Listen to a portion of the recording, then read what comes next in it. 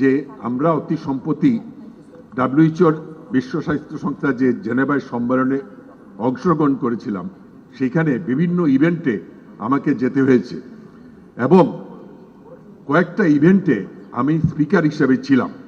আমি কিছু বক্তৃতা দেওয়ার আগে সেখানে বিভিন্ন দেশের মন্ত্রীরা আমাদের মাননীয় প্রধানমন্ত্রীর নাম উচ্চারণ করে যেভাবে প্রশংসা করেছেন, এটা আমার গর্বে বুক ভরে আসছিল। এটা আপনাদেরকে এই কথাটা বলার উদ্দেশ্য হচ্ছে, এই কমিটমেন্ট মাননীয় প্রধানমন্ত্রী শুধু তামাকের জন্য না, বিভিন্ন ক্ষেত্রে ওনার যে কমিটমেন্ট, সেই কমিটমেন্টগুলো সবাই কিন্তু প্রশংসার সঙ্গে বলছিল।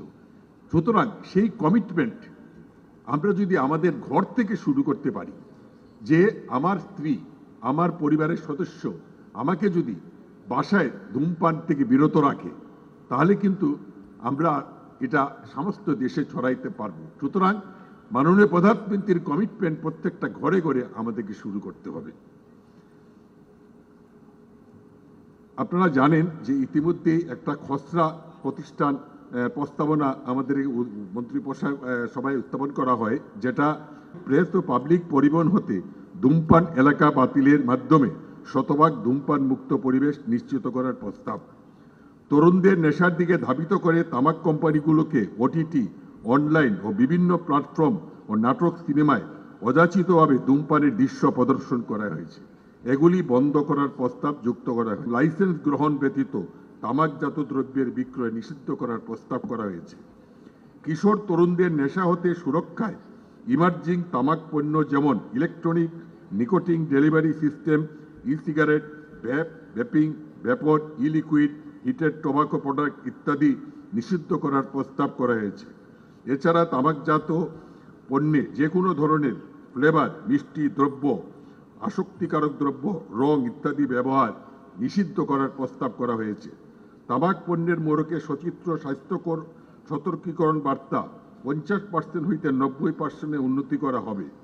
এ ধারায় বাস্তবায়ন মনিটর করার জন্য তামাকজাত দ্রব্যের মোড়কে উৎপাদনের তারিখ মুদ্রণ করার প্রস্তাব করা হয়েছে। এছাড়া স্ট্যান্ডার্ড মোড়ক প্রচলন ও মোড়ক ব্যতীত খুচরা তামাক ও একক শালকা বা সিঙ্গল স্টিক বিক্রি নিষিদ্ধ করার প্রস্তাব করা হয়েছে। প্রস্তাবগুলির বিষয়গুলি নিয়ে আইনটি সংশোধন হলে দেশকে 2040 সালের মধ্যে তামাক মুক্ত করা সম্ভব বলে আমি আশাবাদী। তামাক নিয়ন্ত্রণ আইন সংশোধন প্রক্রিয়ায় আমরা সকল মন্ত্রণালয় বিভাগের সমর্থন চাই।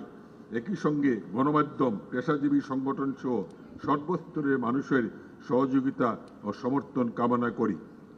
প্রিয় সুধী, বিড়ি, সিগারেট ও ই সিগারেটের মাধ্যমে ধূমপান, পানের সঙ্গে জর্দা ও তামাক পাতা এবং মাড়িতে গুল ব্যবহার ইত্যাদি সব তামাকি মরণব্যাধি, হৃদরোগ, স্ট্রোক, ক্যান্সার, হাঁপানি সহ বিভিন্ন অসংক্রামক রোগ সৃষ্টি হয়েছে, যা পরিবার, সমাজ ও রাষ্ট্রের অপূরণীয় ক্ষতি বলে আমি মনে করি। এই ক্ষতি কমিয়ে আনতে আসুন আমরা সকলে তামাক নিয়ন্ত্রণে সক্রিয় হই। বিশেষ করে তামাক কোম্পানির অগ্রাসী প্রচার প্রচারণা থেকে শিশু কিশোরদের সুরক্ষা প্রদান করা বিষয়টি আমরা সকলের জন্য বিবেচনায় নেই। পরিবারকে তামাক মুক্ত করি। আগামী প্রজন্মের জন্য নেশামুক্ত দেশ গড়ে তুলতে সকলের জন্য সক্রিয়ভাবে কাজ করি। আমি যখন যে কথাটা প্রথমেই বলছি, এখনো আবার বলছি, আমাদের সচেতনতার কোনো বিকল্প নাই। যে কোনো ক্ষেত্রেই, যে কোনো বিষয়, শুধু তামাক আইন না, যে কোনো দিক সচেতনতা হচ্ছে সবচেয়ে বড় উপায় আমাদেরকে মুক্ত করার জন্য।